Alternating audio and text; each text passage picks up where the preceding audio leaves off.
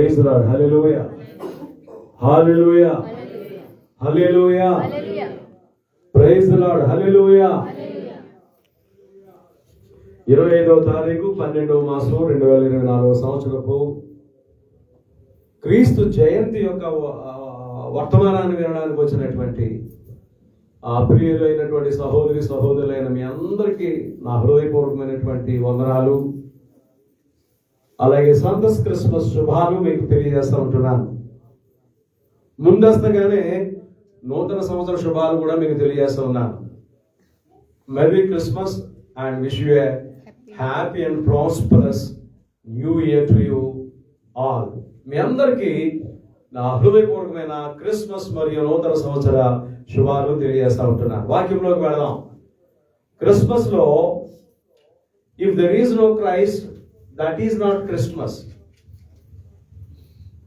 Christless Christmas is not Christmas. It is a social gathering, entertainment. యేసు ప్రభుల వారు లేకపోతే ఆ క్రిస్మస్ లో అదేమైందంటే ఒక ఎంటర్టైన్మెంట్ ప్రోగ్రామ్ అయ్యింది. నువ్వు చేస్తున్నటువంటి క్రిస్మస్ లో, మనం జరుపుకుంటున్న క్రిస్మస్ లో ఎవరు ఉండాలో తెలుసా? ప్రధాన కేంద్రంగా క్రీస్తు. So your Christmas should be A Christ centred Christmas. నీ యొక్క క్రిస్మస్ క్రీస్తును కలిగినటువంటి క్రిస్మస్ గా ఉంటేనే అది క్రిస్మస్ అవుతుంది, లేకపోతే క్రిస్మస్ కాదు. అది నువ్వు ఏర్పాటు చేసుకున్నటువంటి పండుగ. నీ పండుగకును దేవుడు కలుగ చేసిన క్రిస్మస్ కును చాలా తేడా ఉన్నది.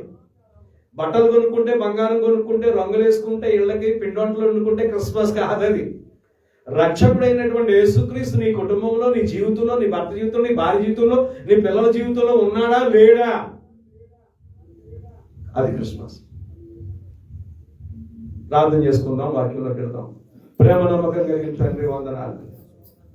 మీ కుమారుణ్ణి లోకానికి కానుకగా ఇచ్చారు. ఆయనేమో ప్రాణాన్ని కానుకగా ఇచ్చారు మా కొరకు. నరకము నుండి తప్పించారు, పాపం నుండి తప్పించారు, శాపం నుండి తప్పించారు, చీకటి నుండి తప్పించారు, అపవాది యొక్క క్రియల నుండి తప్పించి మాకు మీ కుమారుని ద్వారా అనుగ్రహించిన నిత్య జీవాన్ని బట్టి స్తోత్రాలు చెల్లిస్తున్నాను. క్రిస్మస్ లో నిత్య జీవం ఉన్నది. అంతవరకు మరణము రాజ్యమేలింది.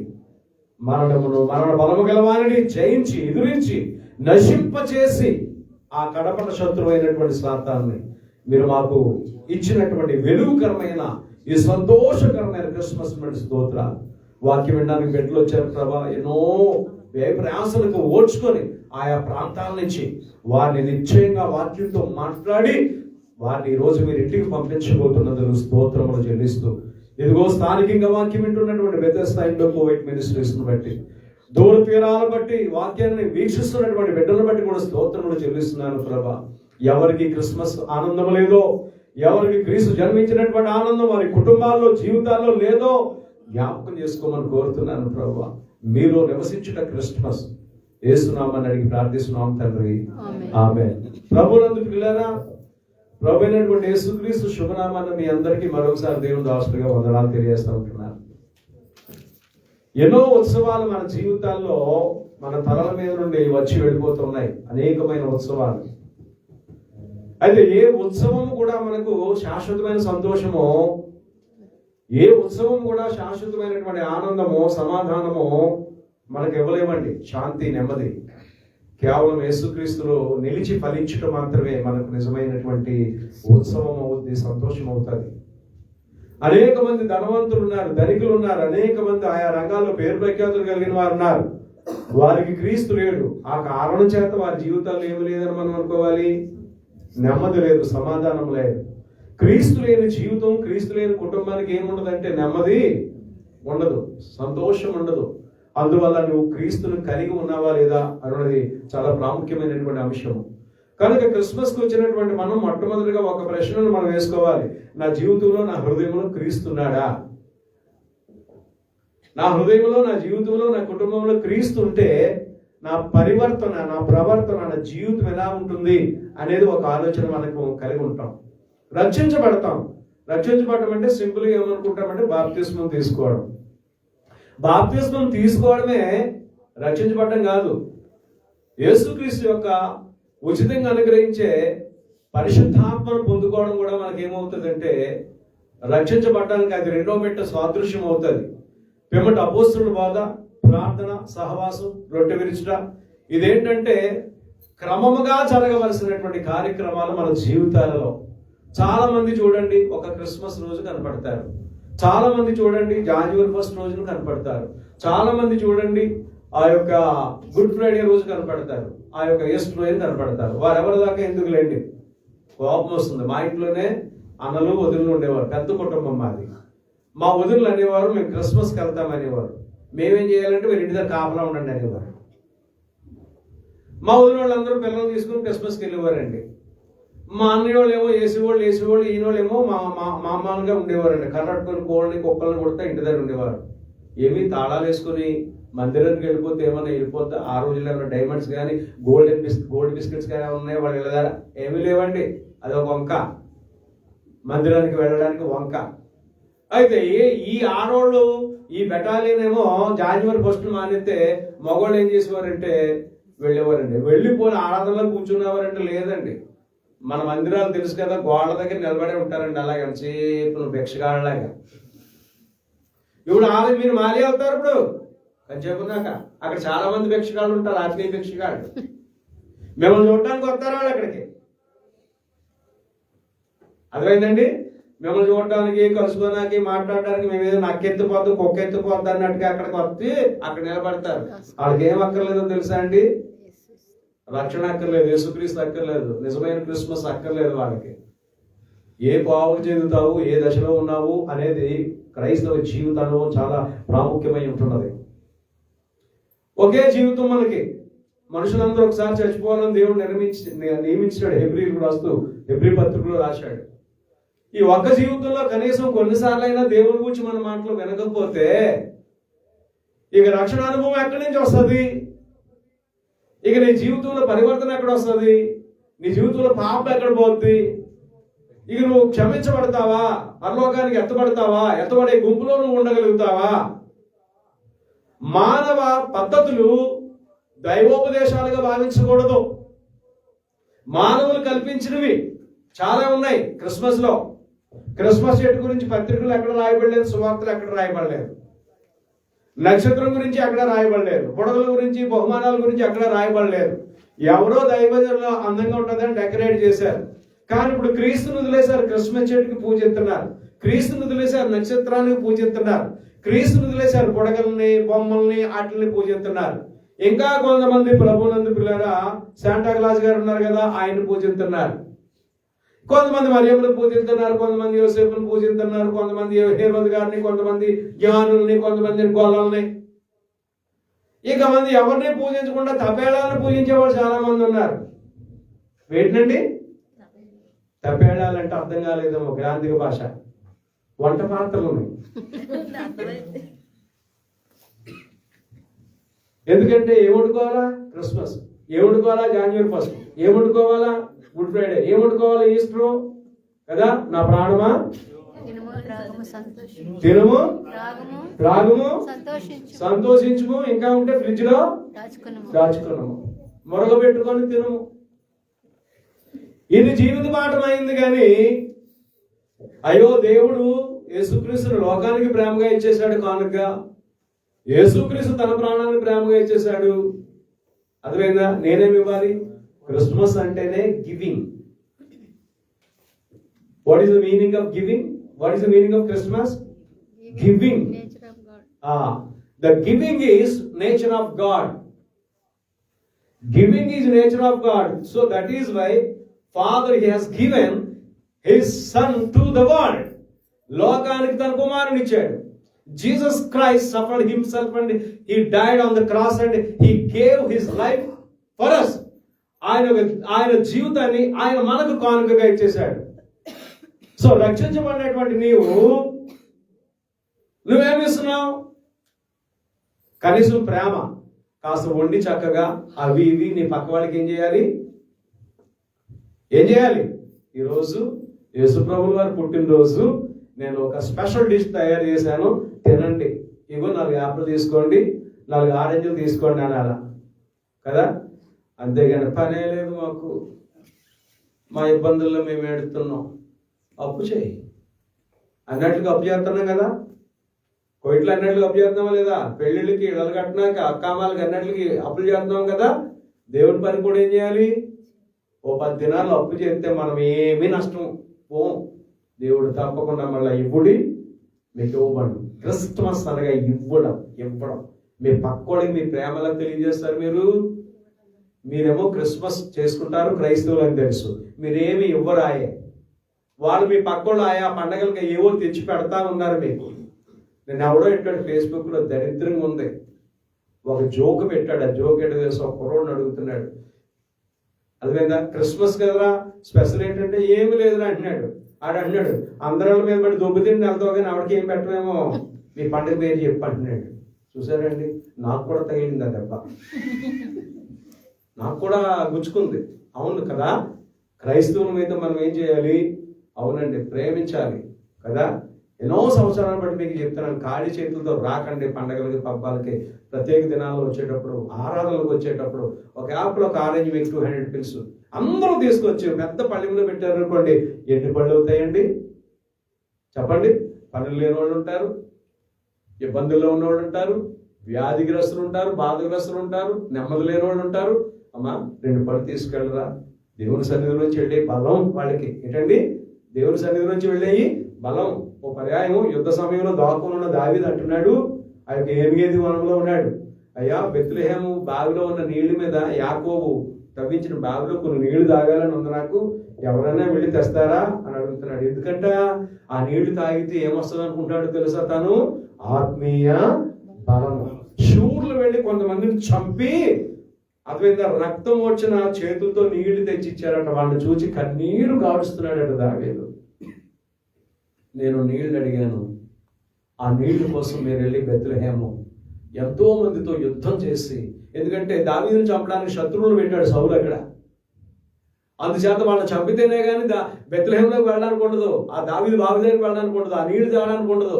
అందువల్ల అక్కడ ఉన్నటువంటి వాళ్ళందరినీ దావీదు ఒక మనుషులు ఏం చేస్తున్నారంటే చంపి పారేస్తున్నారు. ఎందుకంటే దావీదు చెప్పాడు, ఆ ఊరు నీళ్లు తాగాలని ఉందయ్యా నాకని ఆశ. దేవుని సన్నిధిని అక్కడ అర్థం. అది దేవుని సన్నిధిలో నుంచి మనం ఇచ్చేది ఏదైనా సరే ఎంతో శ్రేష్టమైంది, ఆరోగ్యమైంది, ఆనందమైంది, వారికి బలాన్ని కలిగిస్తుంది. అందుచేత నిరాధారులను మనం ఏం చేయాలంటే ఆదరించాలి. హల్లెలూయా. అది క్రిస్మస్. చూడండి, మనకి పరిశుద్ధ గ్రంథాలు తెరిచి మొదటిగా ఈరోజు 4 మాటలు చెప్పిన తర్వాత నేను 2 భాగాలుగా వాక్యం చెప్తాను మీకు. నేను ప్రభునందు లేరా చూడండి, మార్కు సువార్త 10:45. మార్కు సువార్త 10:45 చూడండి ఒకసారి. ప్రభునందు లేరా మార్కు సువార్త 10:45. మనుష్య కుమారుడు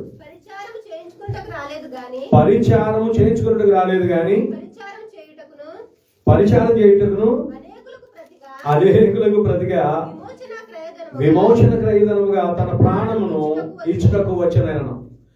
మొదటి మాట ఏంటంటే, మొదటి భాగంలో 4 మాటలు చెప్తాను మీకు నేను, తర్వాత 2వ భాగం చెప్తాను. మొదటి భాగంలో మొదటి మాట ఏంటంటే, యేసుక్రీస్తు ప్రభుల వారు ఎందుకు భూలోకానికి వచ్చారు? Why the Jesus Christ came to the world? ఎందుకు యేసు ప్రభుల వారు లోకానికి వచ్చారు చెప్పండి? బుడగల పండుగ చెప్పండి, నక్షత్రాల పండుగ, గొల్లలు, జ్ఞానులు, యోసేపు, మరియమ్మ, ఎలిజబెత్, జకర్యా, హేరోదు, ఇన్వాల్వ్ అయినటువంటి వారు అందరి గురించి చెప్పవచ్చు. అది కాదు బోధ, ప్రాముఖ్యమైనటువంటి బోధ అది కాదు. ఆ క్యారెక్టర్ మనకు అవసరం లేదు. ఈ రోజు ఆ క్యారెక్టర్లు చెప్పి టైం అంతా అవగొట్టేస్తున్నాం మనం. అది కాదు కావాల్సింది.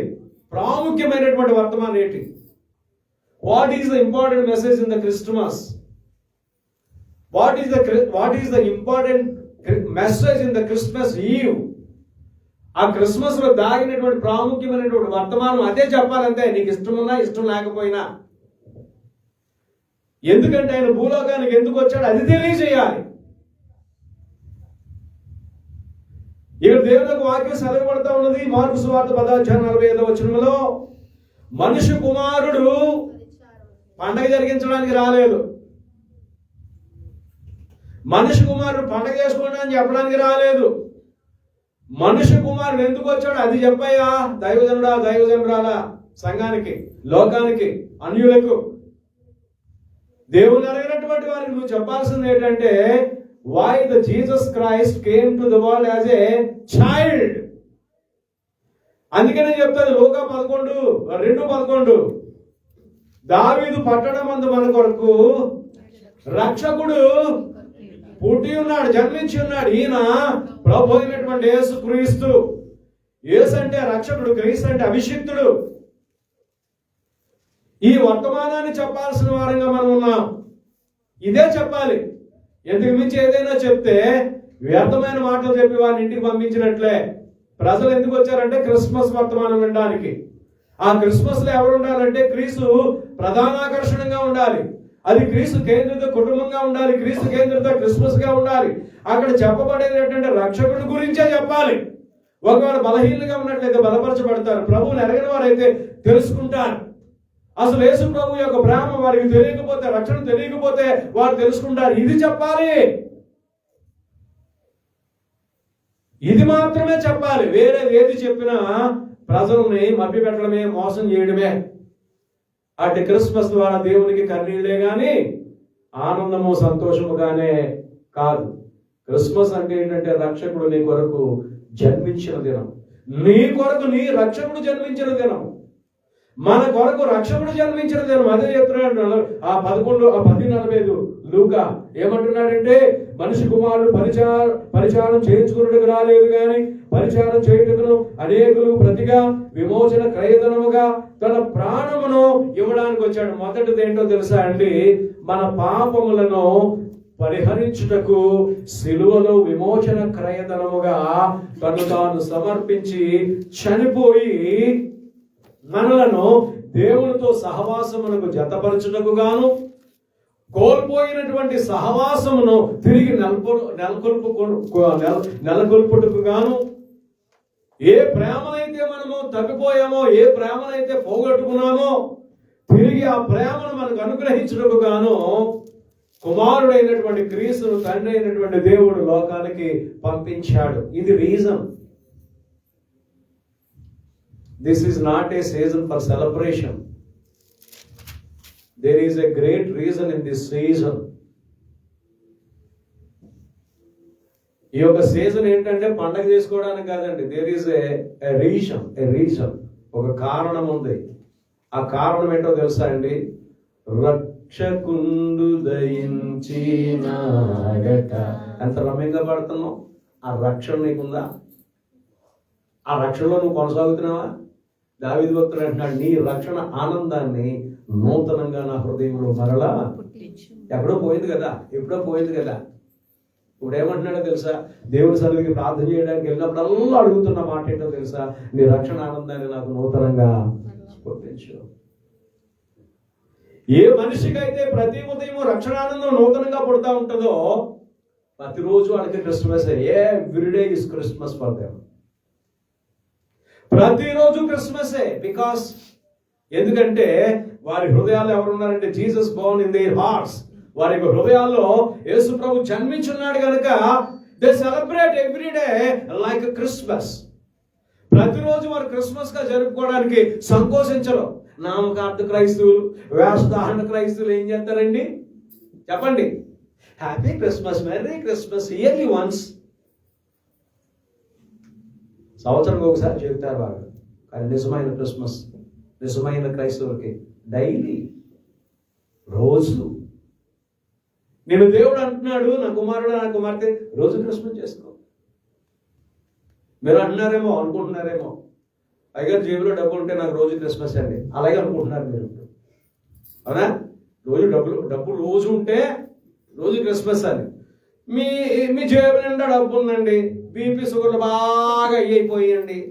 ఏం చేస్తారండి? డబ్బుని తినలేరు, తాగలేరు, ఎవరికి పెట్టడానికి చేతులు రావు. కుమిలిపోయి కుషించి చచ్చిపోవడమే. మీ దేహంలో ఆరోగ్యం ఉన్నదనుకోండి చాలండి, డబ్బు లేకపోయినా. హల్లెలూయా. మీ దేహంలో ఆరోగ్యం ఉంటే చాలు. గెంజి తాగినా అరుగుతుంది, పలావ్ తిన్నా అరుగుతుంది. ఇప్పుడు అడగనోడికి ఇంత మటన్ బిర్యానీ 2 ప్లేట్లు తెచ్చేట్టు అనుకో, తినరా అని ఎందుకురా అరగదు కదరా తిన్నా కాడి నుంచి, ఇల్లింది వెళ్ళినట్టే పోతే తిన్నది అంటాడండి.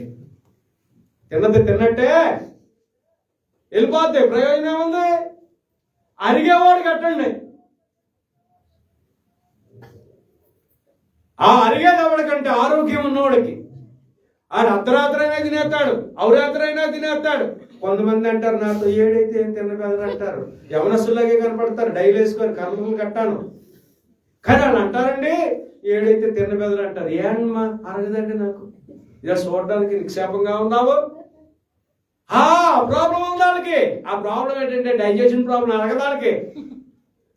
ఎందుకు అరగదంటే ఆరోగ్యం ఆటోమేటిక్ గా సన్నగిలిపోతుంది వాళ్ళ జీవితాల్లో. కానీ డబ్బు ఉంటే క్రిస్మస్ కాదు.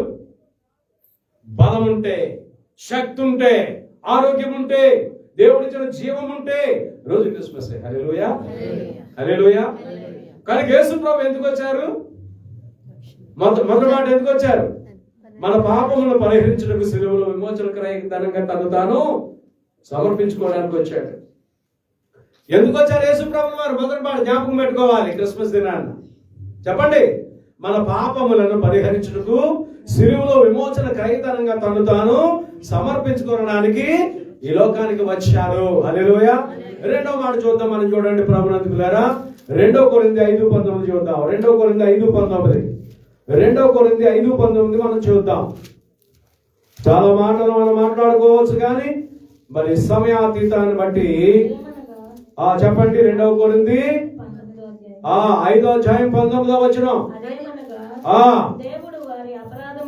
దేవుడు వారి అపరాధములను వారి మీద మోపగా క్రీస్తునందు లోకమును తనతో సమాధానపరచుకొనుచు ఆ సమాధాన వాక్యమును మాకు అప్పగించెను. కావున దేవుడి ద్వారా మా ద్వారా వేడుకొనున్నట్టు మేము క్రీస్తుకు రాయభారమై దేవునితో సమాధానపడుడని క్రీస్తు పక్షముగా మిమ్ములను బతిమాలుకొనుచు, ఎందుకనగా మనం ఆయన యందు దేవుని నీతి అవునట్లు పాపమెరుగున ఆయనను మన కోసము పాపముగా చేసెను. ఎందుకు భూలోకానికి ఆయన వచ్చాడు? ఎందుకు క్రిస్మస్ ను మనం ఆచరించాలి, చేసుకోవాలంటే ఒక కారణం ఉన్నది. ఆ కారణం ఏంటంటే 2 కొరింథీ 5:19 చెప్తా ఉన్నాడు. అదేమనగా దేవుడు వారి అపరాధములను వారి మీద మోపక. దేవుడు మన అపరాధాలు ఏం చేయలేదు, మన మీద మోపలేదు. ఒకప్పుడు ఏం చేసేవాళ్ళము? క్రీస్తులోకి రాకముందు మేకలు, గొర్రెలు, ఎడ్లు, కోళ్ళు, వివిధ రకాల పశు పక్షాదులు ఇచ్చి ఏం చేసేవాళ్ళం? బలులు ఇచ్చి ఏం చేసేవాళ్ళం? పాపాలు పోగొట్టుకోవాలనుకునేవాళ్ళం. అర్థమైందండి? ఆ బలిస్తున్న దాని మీద ఏం చేసేవాళ్ళం? తలెట్టేవాళ్ళం. అంటే నా పాపములు దీని మీదకి వచ్చేసును గాక అని అర్థం అనమాట. అంటే నీ పాపాలు మేకమయ్యాలి, గొర్రెమయ్యాలి, కోడిమయ్యాలి, కుక్కమయ్యాలి. నీవు చావవలసిన స్థానంలో వాటిని చంపాలి.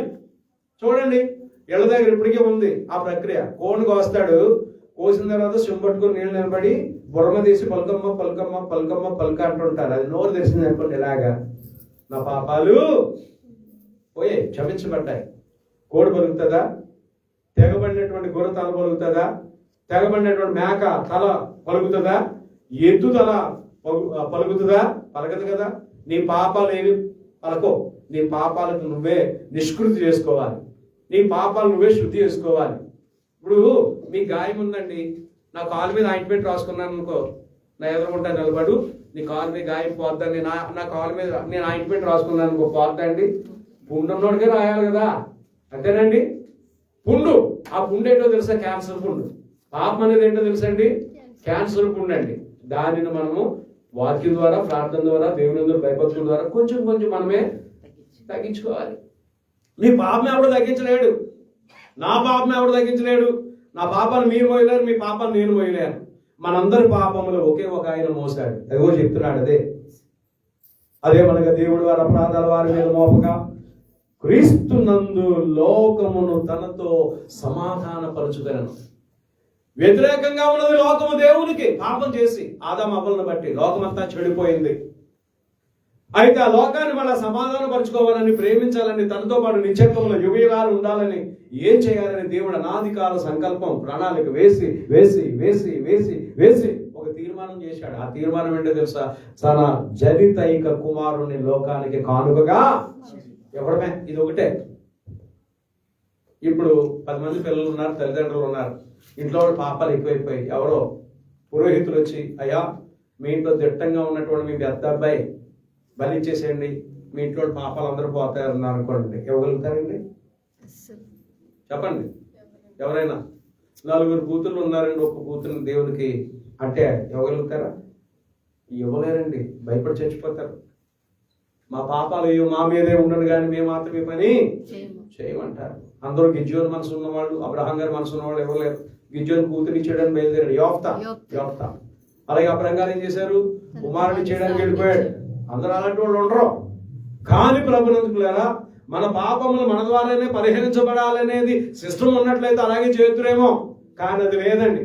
నీతిమంతుని యొక్క రక్తము, పరిశుద్ధుని యొక్క రక్తము, పవిత్రుడైనటువంటి వారి యొక్క రక్తము, పాపము లేకుండా జన్మించినటువంటి వారి యొక్క రక్తము మాత్రమే మన పాపములను తీసివేయగలదు, నిష్కృతి ఇవ్వగలదు, మనం నిష్కాపట్యులుగా చేయగలదు, నిర్మలుడుగా చేయగలదు, నిర్దోషులుగా చేయగలదు. మన యొక్క కానుకలు, మన యొక్క కట్నాలు, మన యొక్క ఏవి కూడా మనల్ని ఏం చేయలేమంటే నీతిమంతులుగా చేయలేవు. రోమా 3:23 చెప్తాడు, ఏ భేదమును లేదు, అందరూ పాపము చేసి దేవుడు అనుగ్రహించి మహిమను పొందలేక ఉన్నటువంటి సమయంలో దేవాది దేవుడు తన యొక్క కుమారుని లోకానికి పంపించాడు. ఎందుకు పంపించాడు తెలుసా? యాజ్ అ సబ్స్టిట్యూట్, బదులుగా, నీకు బదులుగా, నాకు బదులుగా. మనం చనిపోవలసిన స్థానంలో ఆయన చనిపోయాడు. అందుకని అంటున్నాడు 2 కొరింథీ 5:19 అదేమనగా దేవుడు వారి అపరాధములను వారి మీద మోపక క్రీస్తునందు లోకమును తనతో సమాధానపరచుకొనుచు ఆ సమాధాన వాక్యమును మాకు అప్పగించెను. యేసు ప్రభు సమాధానం తెచ్చాడు, మనందరికి సమాధానము ఇచ్చాడు. అవును, యేసు ప్రభు వారు జన్మించిన వెంటనే సర్వలోక సాయి సమూహం కూడా పాడింది. ఆ పాటే సర్వోన్నతమైన స్థలాల్లో దేవునికి మహిమ, ఆయనకి ఇష్టమైన మనుషులకు భూమి మీద సమాధానం. ఎవరైతే క్రీస్తుని అంగీకరిస్తారో, ఏ గృహంలో క్రీస్తు ఉంటాడో, ఏ హృదయంలో క్రీస్తు ఉంటాడో సమాధానం ఏలుతూ ఉంటుంది. సమాధానంలో వాళ్ళు ఉంటారు. ఏ గృహంలో క్రీస్తు ఉండడో, ఏ జీవితంలో క్రీస్తు ఉండడో, ఎవరి క్రియలో క్రీస్తు ఉండడో సమాధానం ఉండదు. అసమాధానం, అసమాధానం, అసమాధానం, అసమాధానం. వారు ఏమి సంపాదించినామండి, ఏ తిన్నామండి, ఎంత కట్టుకోనివ్వండి, సమాధానం లేదు. నేను ఎరిగిన ఒక ఆవిడ ఉంది, ఖతార్ దేశంలో పనిచేసింది, బహుగా డబ్బు సంపాదించింది. భార్య భర్తలకు మధ్య కొంచెం ప్రాబ్లమ్స్ వచ్చాయి. భర్త బాగా త్రాగుబోతు అయిపోయాడు. కాకినాడలో ఎక్కడ పడితే రోడ్ల మీద పడుతుంటుండేవారు. 1-2 సార్లు నేను కూడా రిక్షా ఎక్కించిన రోజులు ఉన్నాయి. బాబు ఇంటికి దిగబెట్టాను డబ్బు ఇచ్చి. అయితే ప్రభునందు పిల్లరా, భార్య ఖతార్ దేశంలో ఉంది, భర్త ఇలాగున్నాడు. బిడ్డలు కూడా, ఒక బిడ్డ విషం తాగి చనిపోయాడు, ఒక బిడ్డ మరి యొక్క కమ్యూనిటీ అమ్మాయితో వివాహం చేసుకొని వెళ్ళిపోయాడు. కుమార్తె చిన్న పిల్ల, ఆ పిల్ల కూడా అబ్బాయిని ప్రేమిస్తే మళ్ళా తల్లిగారు వచ్చేసి మొత్తానికి లాంఛనాలన్నీ ఇచ్చి వివాహం చేసి పంపించారు. చాలా పెద్ద గృహం కట్టింది, చాలా పెద్ద గృహం కట్టింది. కానీ ఆమె ఒక్కరే ఉన్నారు. ఇప్పుడు ఆ ఇంటిని చూసినప్పుడు ఆవిడకి ఏం కలుగుతుందంటే దుఃఖం కలుగుతున్నది. ఇప్పుడు ఆమెకి ఏం లేదంటే సమాధానం లేదు. అక్కడ ఎద్దు మాంసం తిన్నా, గొర్రె మాంసం తిన్నా, కోడి మాంసం తిన్నా, మేక మాంసం తిన్నా, ఆ గృహంలో ఏం లేదంటే సమాధానం లేదు. ఎందుకో తెలుసా? అసమాధానం వారి జీవితాల్లోకి వచ్చేసింది. ఎందుకో తెలుసా? క్రీస్తు లేకుండా పోయాడు వారి జీవితాల్లో. వారి కుటుంబంలో క్రీస్తు లేడు. కేవలం నీ ఇంటి ద్వారా యేసుక్రీస్తు గృహానికి అధిపతి అంటే చాలండి. నీ జీవితంలో లోబడవు ఆయనకు, నీ కుటుంబం లోబడదు, నీ పిల్లలు లోబడరు, నీ భర్త లోబడరు, నువ్వు లోబడవు. అప్పుడు ఇది ఎలాగవుతుంది? క్రీస్తు కేంద్రిత కుటుంబము. ఆ గృహానికి క్రీస్తు ఏ విధంగా అధిపతి అవుతాడు జ్ఞాపకం చేసుకోవాలి. ప్రభునందుకులేరా, యేసుక్రీస్తు నీ కుటుంబానికి అధిపతిగా ఉన్నాడా? అప్పుడు క్రిస్మస్ అంటే అర్థం ఏంటో తెలుస్తుంది. నక్షత్రం అంటే అర్థం, క్రిస్మస్ చెట్టు అంటే అర్థం తెలుస్తుంది. మూడవది చూడండి ప్రభునందుకులేరా, హెబ్రీ 2:10 చూడండి. మూడవదిగా మొదటిది ఏంటంటే మన పాపముల పరిహరించుట కొరకు సిలువలో విమోచన క్రయధనంగా తను సమర్పించుకోవడం కొరకు వచ్చాడు. రెండవది ఏంటంటే మనుషుని దేవునితో సమాధానపరచడం కొరకు ఆయన ఈ లోకానికి వచ్చాడని తెలుసుకున్నాం. మూడవది చూడండి, హెబ్రీ 2:14. ఎంతసేపు? కాబట్టి ఆ పిల్లలు రక్త మాంసములు గలవారైనందున ఆ ప్రకారమే మరణం యొక్క బలము గలవానిని అనగా అపవాదిని మరణము ద్వారా నశింపజేయుటకును జీవితకాలమంతయు మరణ భయము చేత దాస్యమునకు లోబడిన వారిని విడిపించుటకును ఆయన కూడా రక్త మాంసములో పాలివాడాయను. Since therefore the children share in flesh and blood, he himself likewise partook of the same things, that through death he might destroy the one who has the power of death, that is the devil. గమనించండి ప్రభునందు పిల్లరా, కాబట్టి ఆ పిల్లలు రక్త మాంసములు గలవారైనందున ఆ ప్రకారమే మరణం యొక్క బలము గలవారిని అనగా అపవాదిని మరణము ద్వారా నశింపజేయడానికి జీవితకాలం అంతయు మరణ భయము చేత దాస్యమునకు లోబడిన వారిని విడిపించడానికి ఆయన కూడా రక్త మాంసములలో పాలివాడాయను. ఎందుకు శరీరధారిగా జన్మించాడు? ఎందుకంటే రక్త మాంసములలో ఉన్నాం మనం.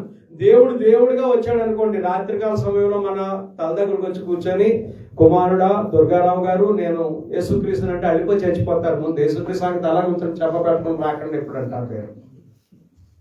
యేసుక్రీస్తు సంగతి చల్లండి, తల పెట్టండి. అలాగా నేరుగా తల ఎరపూసుకొని, అంటే ఆర్టిస్టులు వేసారు, ఆయన అలాగ ఉన్నాడో మనకు తెలుదు. అర్థమైందండి? తెల్లటి వస్త్రం వేసి ఇలా జుట్టేసి వేస్తూ ఉంటారు ఆర్టిస్టులు బొమ్మలు. అలాగే వచ్చి మీ తల దగ్గర నుండి నా కుమార్తె అన్నాడు అనుకోండి, మీరు ఏం చేస్తారు? 1-2 వేసుకుంటారు ముందు. ఎందుకంటే ఊహించలేదు కదా యేసు ప్రభు మీ దగ్గరకు వస్తాడని. మీరు ఊహించి ప్రార్థించుంటే దర్శనం మీ ప్రభు అంటే అది వేరే విషయం. అలా కాకుండా తను తానే కనపరుచుకొని మీకు వచ్చాడు అనుకోండి, అడిగిపోయి చచ్చిపోతారు మీరు. అందుకని ఆయన అలా రాలేదు, మనిషిగా వచ్చాడు, రక్త మాంసములలో పాలి భాగస్థుడిగా. తద్వారా మనలను మరణ దాస్యము అపవాదికి చేరువలో ఉన్నటువంటి మనల్ని తన యొక్క రక్తము ద్వారా, తన మరణము ద్వారా మన యొక్క దాస్య స్థితిని విడిపించి మనకు స్వతంత్రాన్ని ఇచ్చాడు. హల్లెలూయా. మూడవది ఏంటంటే, సాతానును నశింపజేయుట కొరకు, సాతాను యొక్క క్రియలను నశింపజేయుట కొరకు, అపవాది క్రియలను నశింపజేయుట కొరకు వచ్చాడు. మొదటిది ఏంటి? ఏం నేర్చుకుంటున్నాం? మొదటిది మన పాపములను పరిహరించుటకును, శిలువలో విమోచన క్రయధనంగా తను తాను అర్పించుకున్నటకు. రెండవది ఏంటి?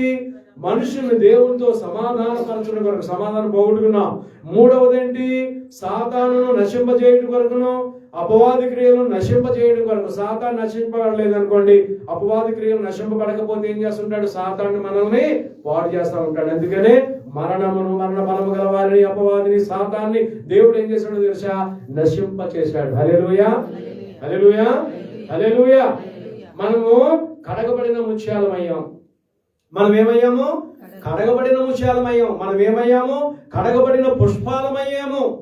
మేలిమి ముత్యమా అంటాడు మనల్ని. ఏమంటాడు? మేలిమి ముత్యము. ఎవరిమై ఉన్నాం మనం? We are not artificial pearls, we are natural pearls. అదేంటండి? మనము మహాసముద్రాల్లో నుంచి తీయబడినటువంటి ముత్యాలము.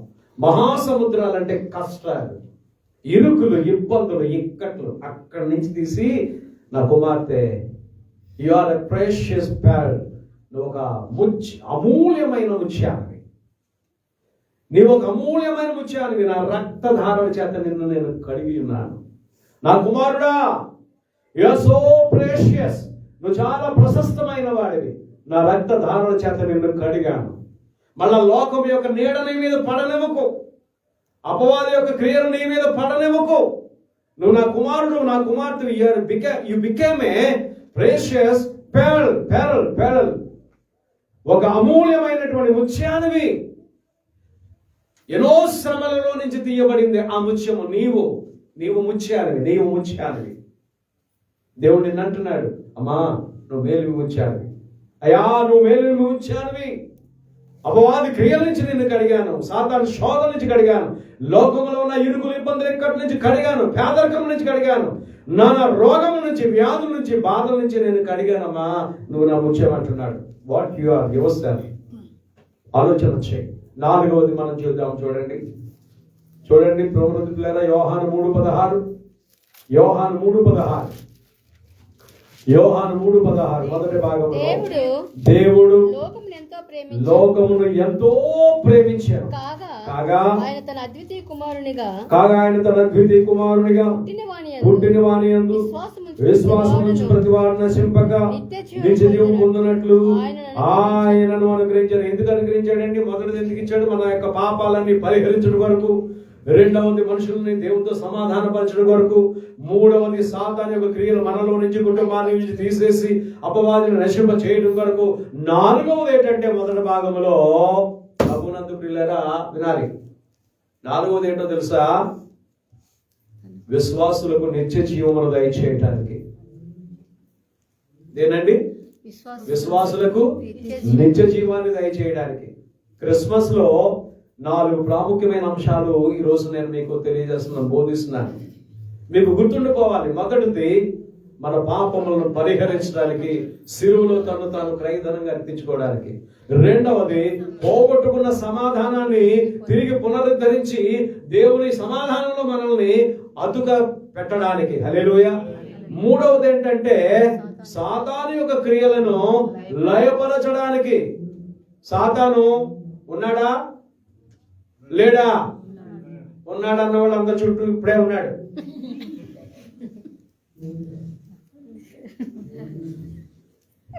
మీరు నన్ను కొట్టినా పర్లేదు, బయటకు వెళ్ళిన తర్వాత ఎంత మాట అనేసారో కొట్టాను అని. మీరు నాకు కొట్టినా తిట్టినా ఐ డోంట్ కేర్ అండి. అర్థమైందండి?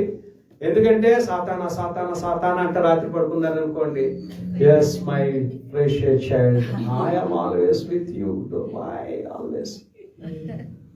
ఎందుకు మెడిటేట్ చేస్తావు? ఐఎమ్ విత్ యూనా, నేను నీతో ఉన్నాను కదా, ఎందుకు అంటాడు. సాతాను పో అన్నాం అనుకోండి, సాతాను ఉండవు. ఒకసారి మా దగ్గర పాప ఉండేది, 9th 10th క్లాస్ చదువుతున్న పాప చర్చిలో. అమ్ము, దాని పేరు ఇప్పుడు బెలారస్ లో డాక్టర్ చదువుతుంది. వాదిస్తా ఉన్నది. ఏమని వాదిస్తుందో తెలుసా? నో దెయ్యం హక్కులు అంటుంది. నీకు అంత సరదా అమ్మాయి అన్నాను. ఐ డోంట్ బిలీవ్ అంది. రాత్రికి నువ్వు బిలీవ్ చేస్తావు సర్లే అంటే, ఆ రాత్రికాల సమయంలో పక్కన ఒక్కదే చదువుకుంటుంది. అదేంటండి, ఒక నల్లటి ఆకారం బెడ్డ మీద కూర్చొని ఉంది తన పక్కన. ఎగిరి కంతేసి పుస్తకం పాడించి బయటకు వచ్చి బాబాయ్ దెయ్యం బాబోయ్ అంటుంది. నేను ఆదివారం ఆరాధనకి వెళితే ఏ నోటితో అన్నావు అంకులు అంటే, నీ నోటితో కదా అన్నావు దెయ్యం లేదని. నీ నోటితో దెయ్యం లేదన్నావు. లోకము దెయ్యము యొక్క ఆధీనంలో ఉంది. లోకం అపవాది యొక్క ఆధీనంలో ఉన్నది. యేసుప్రభు అంటున్నాడు, మీలో ఉన్నవాడు ఈ లోకంలో ఉన్నవాని కంటే గొప్పవాడు, బలవంతుడు అన్నప్పుడు లోకంలో ఉన్నవానికి ఇచ్చే ప్రయారిటీ, లోకంలో లోకంలో ఉన్నవానికి ఇచ్చేటువంటి ఆధిక్యత, లోకంలో ఉన్నవానికి నువ్వు ఇచ్చేటువంటి ఆ ఘనత నీలో ఉన్నవానికి నువ్వు ఇవ్వట్లేదు కదా. అందుకనే వాడు తను కనపరుచుకుంటాడు నిన్ను. Jesus is with me always. Say always. Whether you are in your classroom, your home, outside shopping market, whatever, wherever you are go, you have to say, Jesus is with me. Victory in the name of Jesus Christ. Victory in the name of Jesus' blood. He is with me always. I can rebuke everything by the power of Jesus Christ. దేవుని యొక్క శక్తి చేత నేను సాతాన్ని నేను ఎదిరించగలుగుతాను. You have to say always, yes Lord, you are with me. Jesus, you are with me. Thanks for your precious blood that you have poured on me. నువ్వు నీ రక్తాన్ని నా మీద ఉంచినందుకు వందనాలు. 4వది ఏం చెప్తాను తెలుసా? విశ్వాసం నుంచి చూడడానికి. మళ్ళీ ఒకసారి రివైజ్ చేస్తున్నాను. 4 మాటలు. మన పాపాలు పరిహరించడానికి మొదటిది, రెండవది సమాధానం అనుగ్రహించడానికి, మూడవది సాతాను క్రియలు నశింపజేయడానికి, 4వది విశ్వాసులకు దేవుడు నిజ జీవాన్ని ఇవ్వడానికి. దేవుడు లోకమును ఎంతో ప్రేమించారు. సాగదీసి మేకలు వేశారు ప్రభువైన క్రీస్తు శిలువలో. ఎంతకంటే వారు ఏం చేయలేరు. కానీ దేవుడు అంటున్నాడు, మీరు ఎంత సాగదీశారు కదా, అంత నేను మిమ్మల్ని ప్రేమిస్తున్నాను. I love you so much. Right now this much only. మీరు ఎప్పుడైతే నా నిత్యత్వంలోకి ప్రవేశిస్తారో ఇక ఇంతకు మించి ఇన్ఫినిటీగా, అనంతమైన ప్రేమతో మిమ్మల్ని నేను ప్రేమిస్తాను. అందుకంటున్నాడు, దేవుడు లోకమును ఎంతో ప్రేమించాను కాగా తన అద్వితీయ కుమారునిగా పుట్టిన వాని యందు విశ్వాసం ఉంచు ప్రతి వారు కూడా, whether you are black or red, whatever your colour, whether you are rich or poor, whether you are American or African, it doesn't matter about the money, doesn't matter about the color, doesn't matter about the country. ఆయన అంటున్నాడు, తనను ప్రేమించేవాడిని, విశ్వసించేవాడిని అంటే ఆయన ఏం చేస్తాడో తెలుసా? నిత్య జీవమునకు వారసులుగా చేస్తున్నాడు. నువ్వు క్రిస్మస్కి వచ్చావా, నిత్య జీవానికి వారసురాలుగా వచ్చావా? కరెక్ట్ గా చెప్పండి. అబద్ధం మాత్రం ఆడకండి. నీ ఒకళ్ళ అబద్ధం నాకు తెలుస్తుంది. అబద్ధం మాత్రం ఆడొద్దు. నిత్య జీవానికి వారసులుగా పిలువబడ్డానికి వచ్చారా, లేదంటే యాడ్ మా వాళ్ళు అందరూ వస్తారండి, ఎందుకు వచ్చింది వదిలేండి మమ్మల్ని అంటారా? అవి వదిలేస్తానండి, ఒక పావు గంటలు అలాగే వదిలేస్తాను నేను. భోజనాలు కూడా సిద్ధంగా ఉన్నాయి, దానికోసమని కాదండి. కానీ వాక్యం వినాలి. మీరు వాక్యం వినాలి. ఎవడో ఒకటి దగ్గర వాక్యం వినండి. అదేవిధంగా మిడత ఏం చేస్తుంది? మిడత ఈ చెట్టు నుంచి ఆ చెట్టు మీకు అక్కడ ఆకులు అయిపోయి అనుకోండి, వేరే చెట్టు, అక్కడ ఆకులు అయిపోతే వేరే చెట్టుకి. మనం మిడత క్రైస్తవులమా? చెప్పండి, ఏ క్రైస్తవులు మనం? కొంతమంది క్రైస్తవులు మిడతల్లాగా ఉన్నారు. ఈ చెట్టు మీద కాసేపు, ఆ చెట్టు మీద కాసేపు, ఆ చెట్టు మీద కాసేపు, ఆ చెట్టు మీద కాసేపు. ఎక్కడ కూడా వీరికి ఏమి లేదు, రక్షణ జ్ఞానం లేదు, స్థిరత్వం లేదు, వాక్యం లేదు, క్రీస్తు లేడు. సంఘంలో నాటబడ్డం ఒక మూలరాతిగా, ఒక స్తంభంగా నాటబడ్డానికి లేదు ఎక్కడా కూడా. కర్మ. ఈ మీటింగులు ఆడే, ఆ మీటింగులు ఆడే, ఆ మీటింగులు ఆడే, ఆ మీటింగులు ఆడే, అక్కడికక్కడ గెస్ట్లుగా వెళ్తూ ఉంటాను నేను. అదేంటండి పిలిస్తే ఎక్కడున్న వాళ్ళు ఎక్కడ కనపడతారు, అక్కడున్న వాళ్ళు అక్కడ కనపడతారు, అక్కడున్న వాళ్ళు అక్కడ కనపడుతున్నారు, కానీ కొత్త వాళ్ళు ఎక్కడ కనపడట్లా.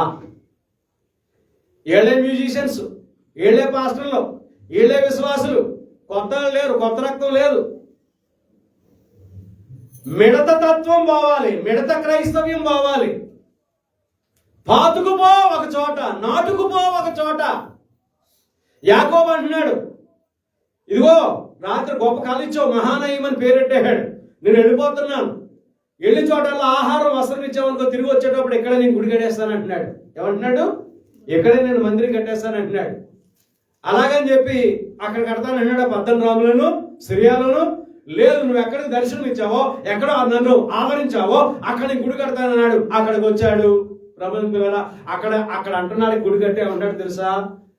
దిస్ ఇస్ బేతేల్ అన్నాడు. బేతేల్, బేతేల్ అంటే అబ్బా ఎంత చక్కటి చదవర్లో. బేతేల్ అంటే రొట్టెలు ఇల్లు అంట. బేతేల్ అంటే దేవుని ఇల్లు. బేత్ ఇల్లు, ఏల్ దేవుడు. నేను అన్నది బేత్ లెహం కాదంట. బేత్ లెహం అంటే, బేత్ అంటే అందరూ తెలుసు కదండి, బయట బేత్ అంటారు కదా, లెహం అంటాం కదా. సును బాబు అక్కేలు అంటే లెహం మచ్చిపూసి అంటాం కదా, అనవండి. లెహం మచ్చిపూసికి ఎంతమందికి ఇష్టం?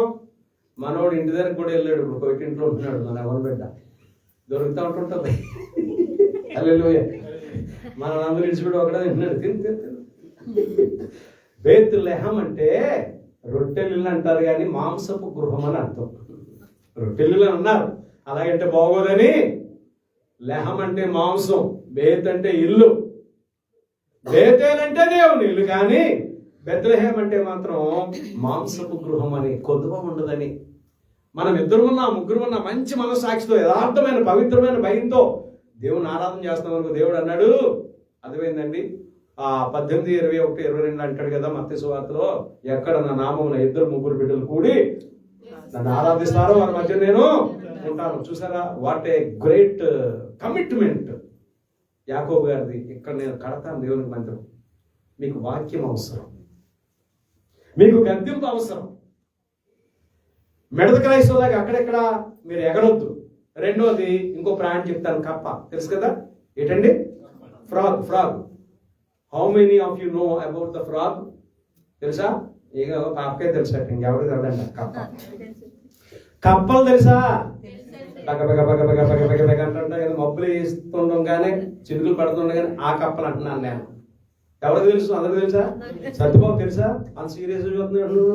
ఇంకా అవతల పెట్టి 3 అయిందనా? అయిపోయింది స్వామి, ముందు ఒక 5 నిమిషాలకు మళ్ళీ దొరకరు కదా నాకు. వాకింగ్ చెప్పి పంపించలే సరేనా? మనందరం ఎప్పటికప్పుడే కలుసుకుంటుంటాం. కప్పలు. ఈ గుంట్లో నీళ్లు ఉన్నాయి, ఈ గుంట్లో నీళ్లు ఉన్నాయి, ఉంటాయండి. గుంట్లో నీళ్ళు అయిపోయి ఏం చేస్తాయి? ఏడు సైడ్ ఎగిరిపోతాయి. కప్ప క్రైస్తవులా మీరు? మిడత క్రైస్తవులా? కప్ప క్రైస్తవులా? గంతులు వేయడానికి, గెంతులు వేయడానికి, దూకడానికి? దేవుడు ఒక్కడే, యేసుక్రీస్తు ఒక్కడే, బాప్తిస్మం ఒక్కటే, ఆత్మ ఒక్కటే, మందిరం ఒక్కటే, బోధ ఒక్కటే. ఇది అపోస్తులకు ఇవ్వబడింది. ఈ సంఘం అపోస్తుల బోధ మీద నడపబడుతున్నది, అపోస్తుల దర్శనంతో నడపబడుతూ ఉన్నది. హంగుల ఆర్పాటాలు లేవు. కేవలం వాక్యమే మీకు కొరడాలా పనిచేస్తుంది, కేవలం వాక్యమే మీకు పేకబెత్తంగా పనిచేస్తుంది. హల్లెలూయా. అద్వైన చెప్పడం ప్రభువు స్తుతించండి. హల్లెలూయా. చూడండి యోహాను 10:10, ఇందులోనే యోహాను 10:10, తన యందు విశ్వాసం ఉంచిన వారికి నిత్య జీవం అన్నాడు. ఆ నిత్య జీవము గ్లాసుడా, కప్పుడా, ఎంత? అక్కడ రాయబడింది చూడండి, చదవండి. 10:10 యోహాను.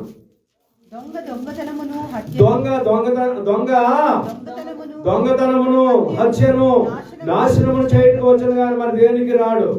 గొర్రెలకు జీవం కలుగుటకు, అది సమృద్ధిగా కలుగుటకు నేను వచ్చిందని మీతో నిశ్చయంగా చెప్తున్నాను. దొంగ ఎందుకు వస్తాడట? దొంగతనం చేయడానికి, హత్య చేయడానికి వస్తాడట. అపోస్తలుడు పౌలు కొరింథీ సంఘానికి చెప్తాడు, ఇది ఆశ్చర్యం కాదు.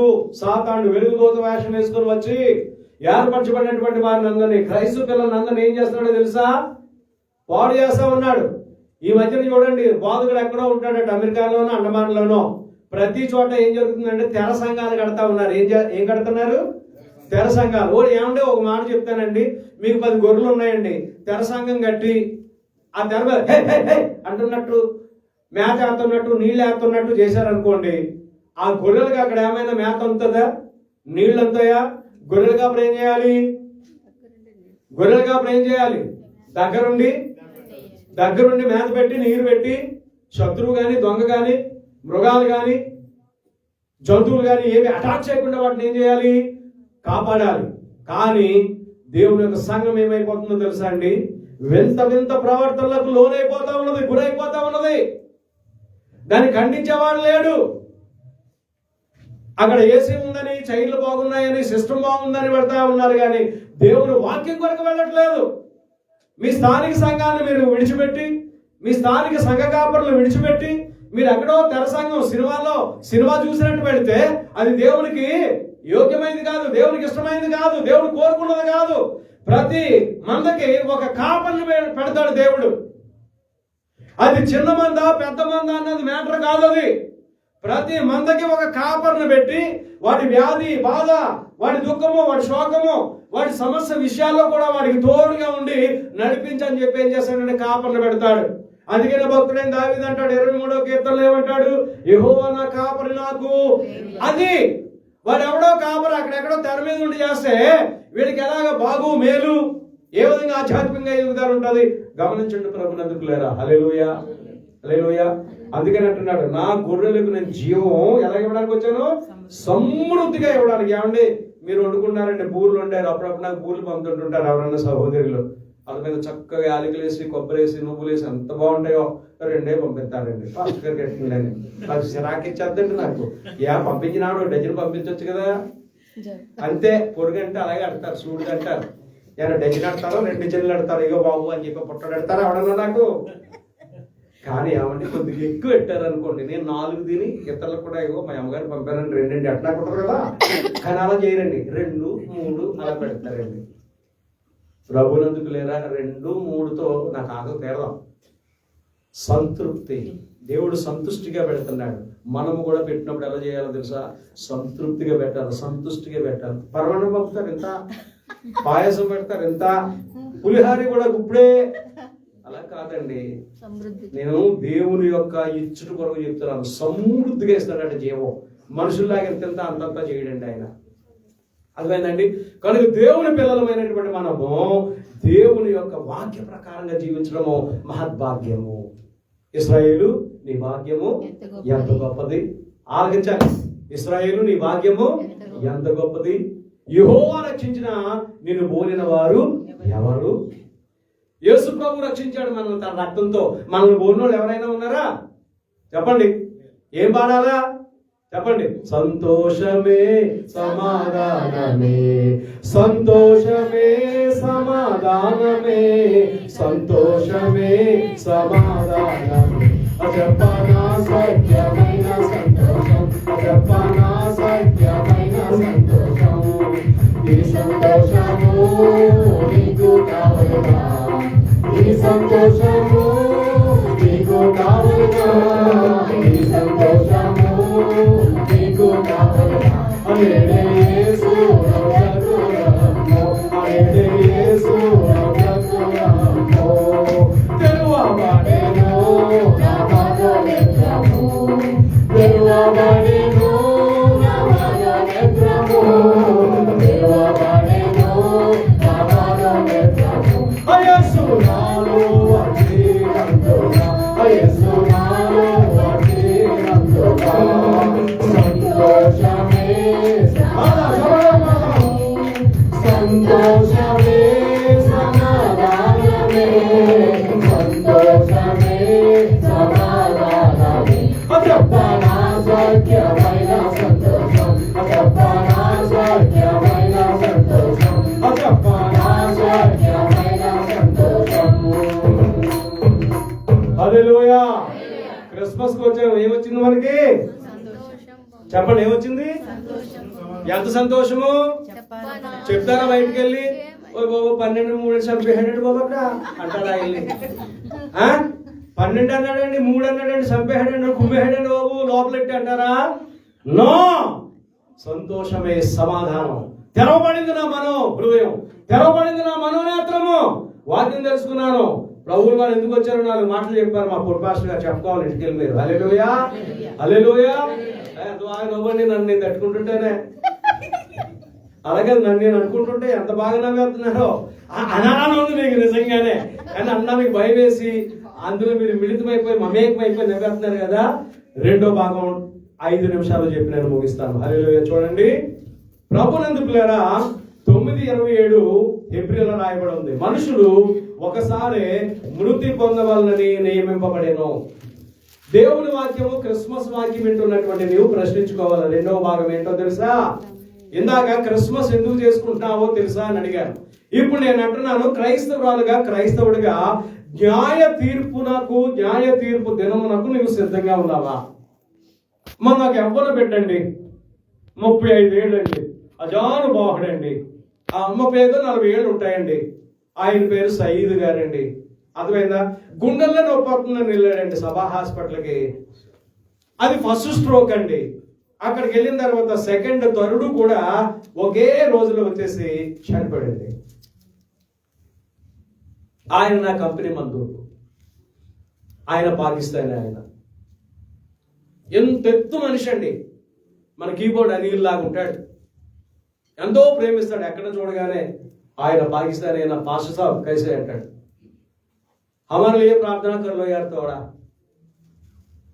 हमारे लिए भी प्रार्थना कर लो, हम भी बहुत प्रॉब्लम पे है అని చెప్తా ఉంటుండే. సయీద్ భాయ్ आपके लिए, आपका परिवार के लिए, आपका घर के लिए प्रार्थना करेगा, चिंता मत करो అంటే ఎంతో హ్యాపీ ఫీల్ అయ్యేవాడు. క్రిస్మస్ మెసేజ్ ఇచ్చేవాడు. జాన్యువరి ఫస్ట్ మెసేజ్ ఇచ్చాడు, హ్యాపీ క్రిస్మస్ సాబ్, జాన్యువరి ఫస్ట్ సాబ్ అని చెప్పేసి. కానీ ప్రభునందు పిల్లరా అర్థమైందండి, హఠాత్తుగా వెళ్ళిపోయాడు. 35-40 బిలో బిట్వీన్. ఆయననే కాదు, అందుకంటే చిన్నవాళ్ళు, వాళ్ళకంటే పెద్దవాళ్ళు కూడా ఇలా అలాగా వెళ్ళిపోతా ఉన్నారు. అందుకని దేవుని వాక్యం చెప్తుంది, న్యాయ విమర్శ దినమునకు మనం సిద్ధంగా ఉన్నాము, తీర్పు దినమునకు సిద్ధంగా ఉన్నాము. యేసుప్రభు ఇప్పుడైతే మేఘాల్లో ఎత్తబడదాం లేదా, రండి నా కుమారుడు నా కుమార్తె అంటే మనం వెళ్ళిపోవాల్సిన వాళ్ళగా ఉన్నాం. ప్రసంగంలో చెప్తున్నాడు, నీ బాల్య దినములందే నీ యెహోవాను నీ సృష్టికర్తను స్మరణకు తెచ్చుకో. నువ్వు రక్షింపబడకుండా వెళ్ళిపోతే మారు మనసు పొందకుండా వెళ్ళిపోతే, బాప్తిస్మంలోకి రాకుండా వెళ్ళిపోతే, అపోస్తల బోధలోకి రాకుండా వెళ్ళిపోతే, ప్రభు బలంలోకి రాకుండా వెళ్ళిపోతే ఎక్కడికి వెళతాం? అందుకని అంటున్నాడు హెబ్రీ 9:27 మనుషులు ఒకసారి మృతి పొందాలని చెప్తున్నాడు. రోమా 3:23 అందరూ పాపం చేశాం. అది పాపానికి నిష్కృతి ఎలాగా? యేసుక్రీస్తు అనే ఔషధమే మన యొక్క జీవితాల్లోకి రావాలి. మా నాన్నగారు పాట పాడేవారు, పాప రోగానికి మందు మీరు పరిగెత్తు కొనకున్న దొరకదిక ముందు. యేసుక్రీస్తు రక్తం ఏంటంటే పాప రోగానికి మందు. మనము గాని పరిగెత్తుకొని కొనకున్నా ఇక దొరకదిక ముందు.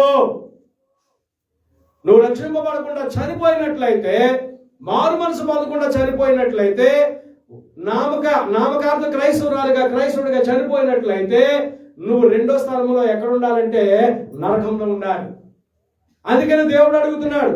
మూడవది రోమా 6:23 పాపం వల్ల వచ్చే జీతం ఏంటో తెలుసా అండి? మరణం. ఎందుకు ఈ రోజు మనం చర్చించాలి? పశువుల సాలలో ఉన్న బిడ్డగా కాదు, కలువరి శిలువలో ఉన్నటువంటి క్రీస్తు వైపు మనము చూడాలి. అందుకే ఆయన వచ్చాడు. హల్లెలూయా, హల్లెలూయా, హల్లెలూయా. మనకి ఒక్క మాట చెప్పి నేను ముగిస్తా ఉన్నాను. గమనించాలి. సామెతలు 15:3 యెహోవా కన్నులు ప్రతి స్థలమందు ఉన్నవి. ఎలా ఉన్నాయండి? యెహోవా కన్నులు ప్రతి స్థలమందు ఉన్నాయి. కనుక మనం ఏం చేస్తున్నాం, ఎక్కడున్నా దేవుడు చూస్తున్నాడు. హెబ్రీ 10:31 అంటున్నాడు, జీవం కలిగిన దేవుని చేతులు పడుట భయంకరం. కనుక దేవుని చేతులు పడకండి ఎవరు. గలతీ 6:7 అంటున్నాడు, మోసపోకుడి దేవుడు వెక్కిరింపబడ్డాడు. ఆమోస్ 4:12 అంటున్నాడు, మీరు దేవుని సన్నిధిని కనపడకే త్వరపడండి. ఈ రోజు మీరు త్వరపడొచ్చారు. ఇంకా అనేక మంది రావాల్సిన వారిగా ఉన్నారు, రాలేదు. ఏమి రాజకార్యాలు వెలగపడుతున్నారు? దేవుని సన్నిధి కంటే గొప్పది ఏమైనా ఉన్నదా? ఒక దినం నీ సన్నిధిలో గడుపుట 1000 దినాల ఆయుష్ పెరుగుతుందట. ఒక్కరోజు మనం దేవుని సన్నిధికి వెళ్ళి మన యొక్క ఆయుష్ని ఇన్వెస్ట్ చేస్తే 365 రోజులు. హల్లెలూయా. ఆఖరి మాట ఈ మాట చూడండి ప్రభునందుకులారా, ఏమంటాడో తెలుసా అండి? హెబ్రీ 2:3 ఎంత గొప్ప రక్షణను మనం నిర్లక్ష్యం చేసినట్లా మనము ఏ విధంగా తప్పించుకుందాము. క్రిస్మస్ ఒక రక్షణ దినము, గుడ్ ఫ్రైడే ఒక రక్షణ దినము, జాన్యువరి 1 ఒక రక్షణ దినము. ఇంత గొప్ప సమయాలను మనం కానీ స్కిప్ చేసేసామనుకోండి. గమనించండి, ఈ రోజు ఆరాధనలో ఉండేవాడు తక్కువ.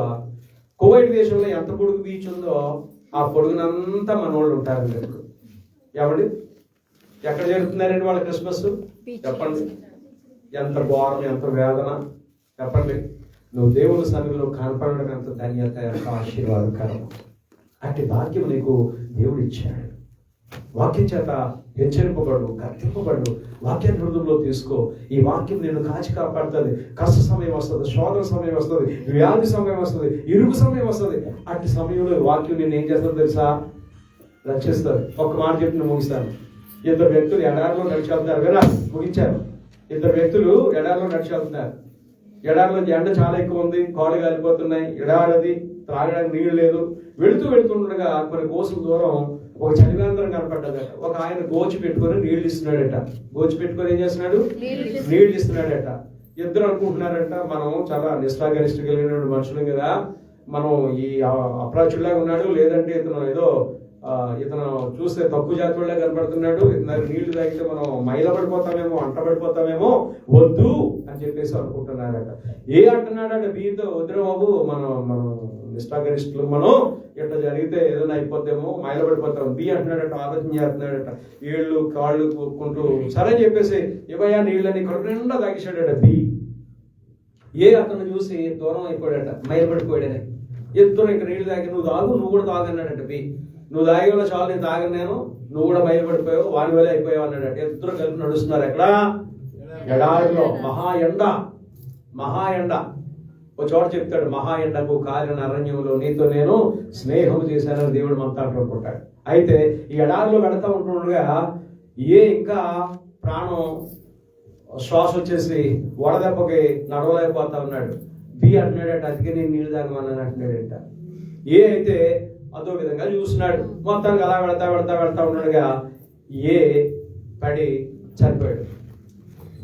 అయితే బి సమృద్ధిగా నీళ్ళు తాగి ఉన్నాడు కదా, అందుచేత అతను చూసి బాధపడి తన ప్రయాణం ఏం చేస్తున్నాడంటే కంటిన్యూ చేస్తున్నాడు. యేసు ప్రభువు వారి యొక్క వాక్యము, యేసు ప్రభు వారి యొక్క సన్నిధి జీవజలం మనకి. హల్లెలూయా కదా. నా యందు విశ్వాసం నుంచి వారి యొక్క కడుపులో నుండి జీవజలధారలు ప్రవహించునని సెలవిచ్చాడు. నేనిచ్చు ఈ జీవజలాన్ని త్రాగేవాడికి మీద ఎన్నటికీ దప్పికొనని సెలవిచ్చాడు. మనం క్రిస్మస్ కి వచ్చాం, జీవజలాన్ని తీసుకున్నాం, వెళుతున్నాం, ఇక మీద దప్పుకోకూడదు. ఎలాంటి పరిస్థితుల్లో ఉన్నా దేవుని యొక్క వాక్యం మనల్ని ఏం చేస్తుందంటే కాచి కాపాడుతుంది. దేవుని యొక్క వాక్యము ఆర్మర్ ఆఫ్ గాడ్ అంటారు, అంటే సర్వాంగ కవచం. దేవుని వాక్యం ఏంటి? సర్వాంగ కవచం. ఎలాంటి శోధనలో ఉన్నా, ఇరుగుల్లో ఉన్న, ఇబ్బందుల్లో ఉన్న మనం కాచి కాపాడుతుంది. సరేనండి, సరేనా తీరా? అందరికీ క్రిస్మస్ కవర్లు పట్టుకెళ్ళి ఉండండి. సమయం అయిపోయింది, నేను ముగిస్తాను. చిన్న ప్రార్థన చేస్తాను. అందరూ లేచి నిలబడండి, పైకి లేవండి. క్రిస్మస్ కానుకలకు కవర్లు మీకు ఆ బిడ్డ ఒక్కొక్కరికి ఇచ్చుకుంటా వెళ్ళు. అందరికీ ప్రార్థన చేద్దాం. కళ్ళు చూసుకోండి. ప్రేమ నమ్మకం కలిగిన తండ్రి వందనాలు. ఈ సమయం ముందు వాక్యం విన్న ప్రకారం 2024 క్రీస్తు జయంతిని అవును ప్రభా సెలబ్రేట్ చేసుకోవడానికి వచ్చినటువంటి మీ కుమారులను, కుమార్తెలను స్థానిక సంఘంగా బెతెస్దా ప్రపంచ వ్యాప్తంగా 264 దేశాలు 850 కోట్ల మంది ప్రజలను కూడా మీ నమ్మకమైన చేతులకు అప్పగిస్తున్నాను ప్రభా. మీ జన్మంలో దాగి ఉన్నటువంటి మర్మములు తెలుసుకున్నాం. మా ఎడల మీరు కలిగి ఉన్న ప్రేమను తెలుసుకున్నాం ప్రభా. మమ్మల్ని ఏ విధంగా రక్షిస్తారో, ఏ విధంగా ప్రభు నిత్య జీవాన్ని ఇస్తారో, ఏ విధంగా మమ్మల్ని వెలుగు స్వరూపులుగా చేశారో అనేక విషయాలు నేర్పించినందుకే స్తోత్రాలు. బిడ్డల వాక్యం విన్న తర్వాత ఇదిగో ప్రభా మరి ఇక ప్రతిమ కార్యంలో పాలు పొంగులు పొంది మీరు అనుగ్రహించినటువంటి జీవాహారంతో పాటు శారీరక ఆహారం కూడా తిని వెలుచుకుంటుండగా బిడ్డకు కావాల్సిన సహాయం దయచేయండి. ఈ దిన వర్తమానం వారి సంవత్సరం అంతా దాచుకొని వారి కుటుంబాలు, వారి వ్యక్తిగత జీవితాలు భద్రపరుచుకోవడానికి, కట్టుకోవడానికి సహాయం చేయండి. మీరు అక్కడ ఆలస్యమైతే పర్వాలేదు, లేదా ప్రభా మళ్ళా మేము తిరిగి కలుసుకుని మిమ్మల్ని స్తుతించి పర్యంతం మీ కృపా కాపుదల తోడుంచమని మా ప్రభువు రక్షకుడైన యేసునామమున అడిగి మిక్కిలి వినయంగా ప్రార్థిస్తున్నాము తండ్రి. ఆమేన్, ఆమేన్. మన పరమ తండ్రి దేవుని యొక్క ప్రేమయు, కుమారుడైన క్రీస్తు యేసు యొక్క కృపయు, పరిశుద్ధాత్మ అన్యోన్య సహవాసము, సమాధానం ఇప్పుడు ఎల్లప్పుడూ రాబో 2025 ఆయన కృప కాపుదల మనకు తోడుగా ఉండును గాక. ఆమేన్, ఆమేన్, ఆమేన్. ఆశీర్వాదం ఉండండి అమ్మా.